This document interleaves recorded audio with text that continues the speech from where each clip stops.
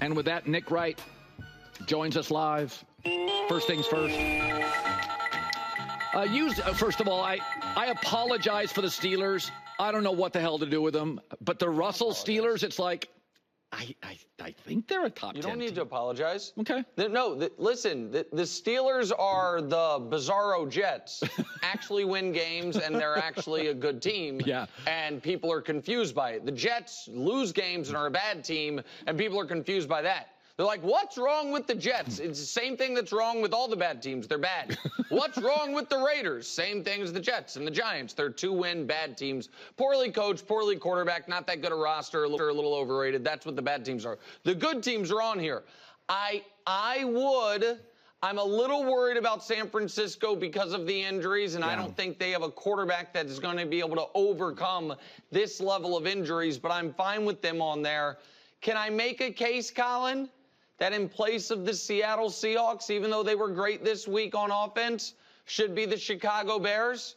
That you should have 4 NFC North teams in there, and the Bears, who are getting Washington with Jaden either banged up or out. The Bears off a bye. The Bears, whose schedule still stays soft the next few weeks, could be staring at a 7-2 start and Caleb Williams Rookie of the Year. I'm just saying the Bears maybe should find their way in there, but otherwise I like the hierarchy. Yeah, I had Philadelphia 11, Chicago 12, and I don't know what to do with Cincinnati. But, yeah, I think we're pretty close on that. So I was saying this. What really separates, and this is not a shot at Josh Allen, but Lamar and Patrick are different.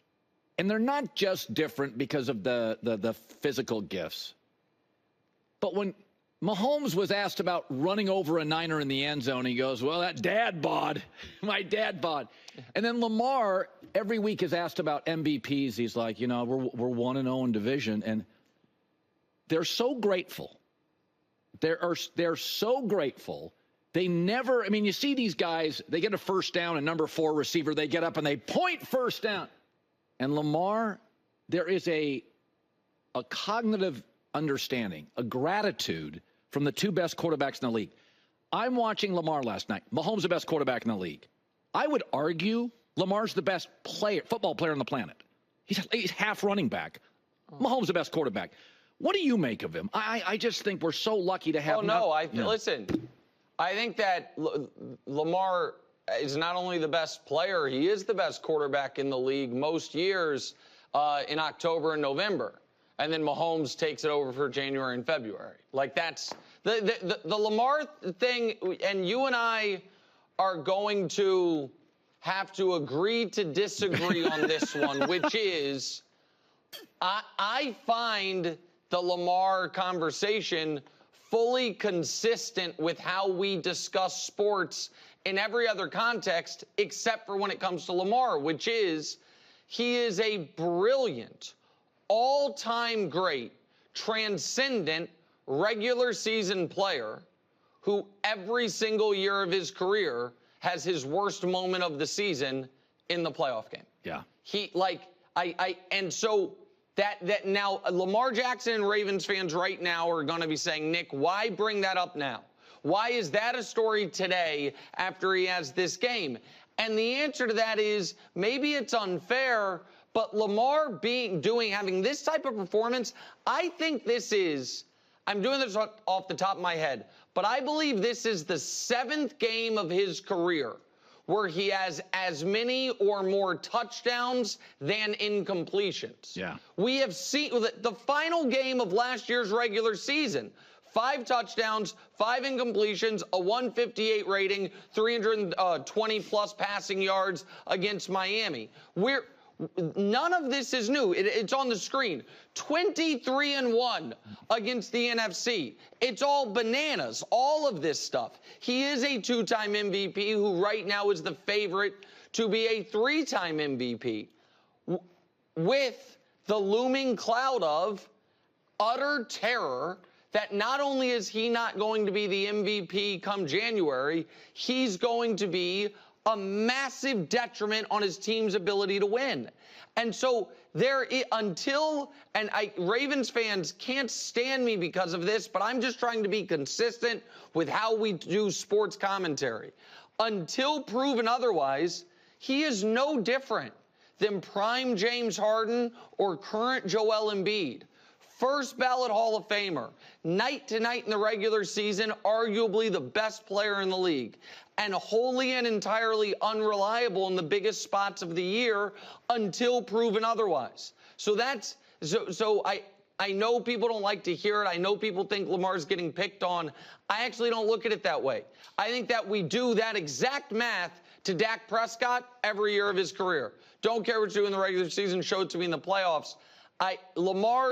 The playoffs regular season gap is bigger. His regular season's better, and his playoffs are worse than Dak's, and people don't think it's unfair to do. I don't think it's unfair, but it is what it is.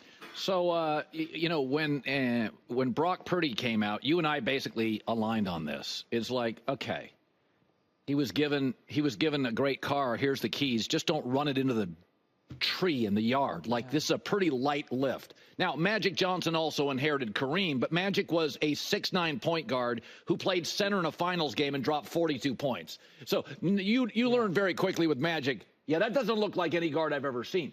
Yeah, #1 pick of the draft, one of the best college players ever, one of the best high school players ever. They're not the same resume. Yeah, Brock Purdy is the last guy taken. Hands are a bit small. Nothing is extraordinary, and now he's come back to earth. And my takeaway is, okay, for all you Brock Purdy lovers, this is what the rest of the league looks like. Nobody's healthy in week 8. Go win games. I don't care about the excuses. I thought Sunday... I'm a Niner owner. I'm like, I'm paying that guy $55 million? Or even if it's not don't go win games, how about don't lose us the game?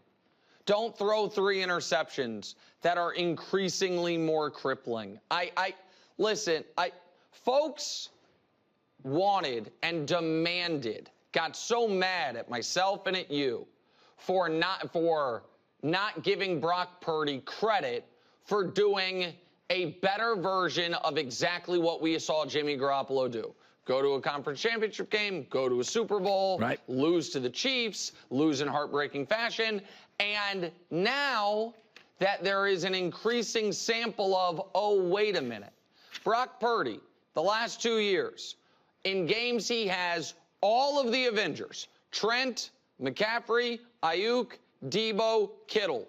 13-1, a passer rating north of 110, and the one loss is overtime to the Chiefs in the Super Bowl. But he's now played 14 games with at least one of them missing. 6-8 with a passer rating in the low 80s and a touchdown interception ratio of 14-16, as opposed to, I think the other one is 37-3.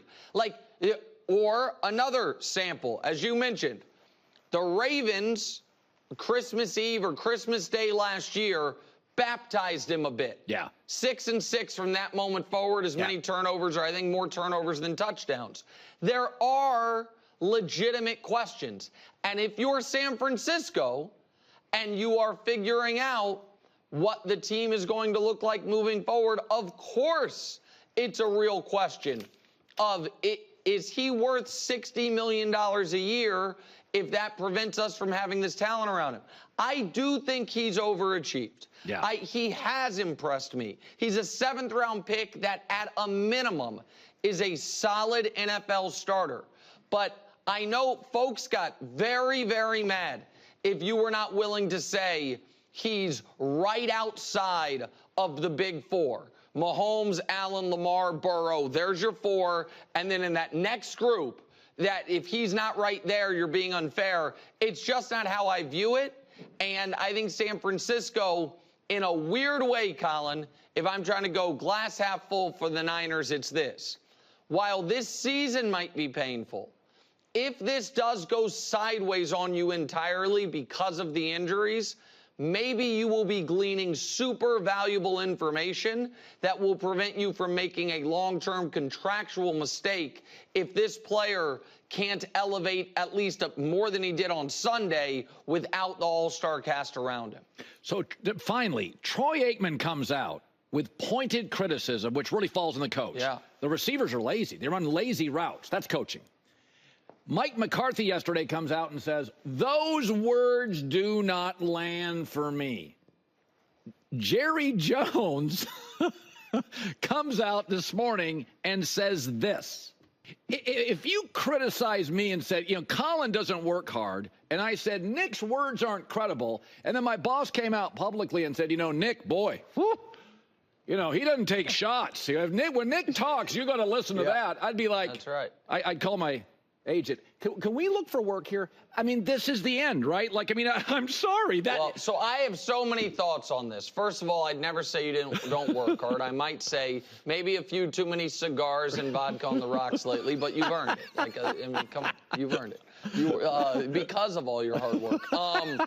So I literally, Colin, had not heard the Jerry Jones sound until this very second. Yeah. I had heard the Aikman critique and then the McCarthy response. And my initial thoughts were, I don't think you actually get to dismiss Troy Aikman's opinion. Right. I think coaches can dismiss my opinion, your opinion, basically any media member's opinion. But when it is coming from still connected to the game, Hall of Fame quarterback, Tom hasn't done it, but if Tom Brady came out and gave very pointed criticism about a specific team, and then the head coach was basically what does he know? I'd be like, well, I think that's a miss. That's a different type of media criticism. Right. And so my initial response was, I don't think McCarthy should have just dismissed it that way. But now, hearing in real time Jerry Jones' response, because he also, Jerry, had some comments that in this interview that I did hear where he seemed to talk about the team not being as well prepared or good schematically as he would have hoped. It's very, very clear to me that if the Dallas Cowboys don't at least make the conference championship game, Mike McCarthy's getting fired. Or not getting fired, just they're not bringing him back. Right. I don't think they're going to fire him during the year, and I don't think that this is a big shock. I just think McCarthy, it's hey, we haven't made to the NFC Championship game in 30 years. You're on a lame duck. Jerry maybe should look inwards and say, I didn't give them enough talent. But Jerry Jones has a little bit of Aaron Rodgers to him, which is there's a ton of problems here. I don't know who's in charge, but it ain't my fault. And so, what a disaster this is. Who built this team? So I do think McCarthy knows what the stakes of the game are, which is if we don't win at least one, and honest to God, probably 2 playoff games, I'm out of here. And right now they're a coin flip just to make it to the playoffs, and it's a tough spot. Yeah, and by the way, Washington looks good. Chicago looks good. Green Bay, Detroit, Minnesota. I said this earlier. The top teams in the AFC and the top coaches, and those are great. Wild card in the AFC, I'd take the Chargers today, and they lost last night. The NFC's top isn't as good. Broncos? My God, Colin Cowherd's going to be turning on TV wild card weekend, and it's going to be a Sean Payton game leading into a Sam Darnold game. That might be a 2-cigar day, Colin. I'm telling you right now, you're just going to be head over heels. That'll be one of the great days of my life. They'll probably both get boxed, and the Chiefs will win probably, but still, you'll have that Saturday afternoon. It'll just be glorious. Great seeing you, buddy. Nick Wright, first things first. See ya. Hi, everybody. It's me, Uncle Colin. Subscribe here to get the latest from the herd, including exclusive behind-the-scenes videos and more, wherever you may be, however you may be watching. Thanks again for making us part of your day.